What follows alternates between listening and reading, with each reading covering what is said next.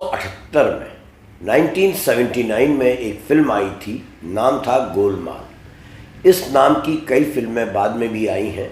मैं बात कर रहा हूँ 1979 में आई अमोल पालेकर की फिल्म गोलमाल की, जिसका एक गीत बड़ा प्रसिद्ध हुआ था।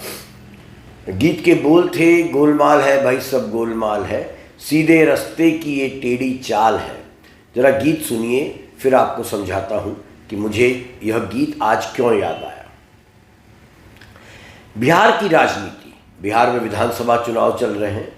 बिहार की राजनीति की ये ट्रेजेडी रही है, त्रासदी रही है कि वो अपराध और सामाजिक समीकरणों के बोझ तले करहाती आई है। इस बार लेकिन हालात एक नए मोड़ पर खड़े दिखाई देते हैं।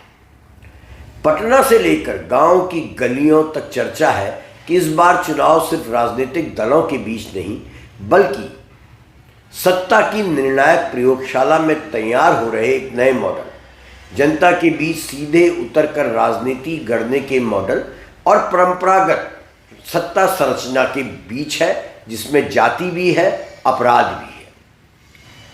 मोकामा में बाहुबली दुलारचंद की हत्या हो गई है और उनकी हत्या के आरोप में एक दूसरे बाहुबली अनंत सिंह, जो इस समय एनडीए के साथ हैं, उनकी गिरफ्तारी भी हो चुकी है। और ये घटना, दुलारचंद की हत्या और अनंत सिंह की गिरफ्तारी, स्मरण कराती है कि बिहार में अपराध, बाहुबल और राजनीति अब भी एक दूसरे के बगैर अधूरे हैं।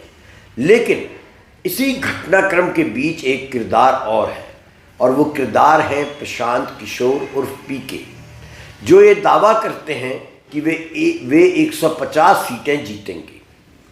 और भाजपा का आत्मविश्वास है कि तमाम जन आक्रोश, वोट चोरी के मुद्दा, बेरोजगारी, महंगाई, तमाम सवालों के बावजूद अंततः वह सत्ता में वापसी करेगी। ऐसे में सवाल उठता है कि आखिर बिहार में चल क्या रहा है।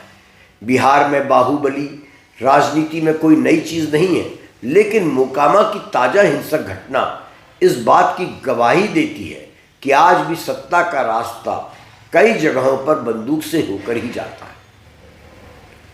दुलारचंद की हत्या केवल एक आपराधिक घटना नहीं, बल्कि जो बिहार का जो पूरा पॉलिटिकल एस्टेब्लिशमेंट है, वहाँ की जो सत्ता संरचना है, उसके उस अंधेरे कोने का आईना है, जहाँ कानून अक्सर बौना दिखाई देता है, राजनीतिक हितों के आगे झुका नजर आता है।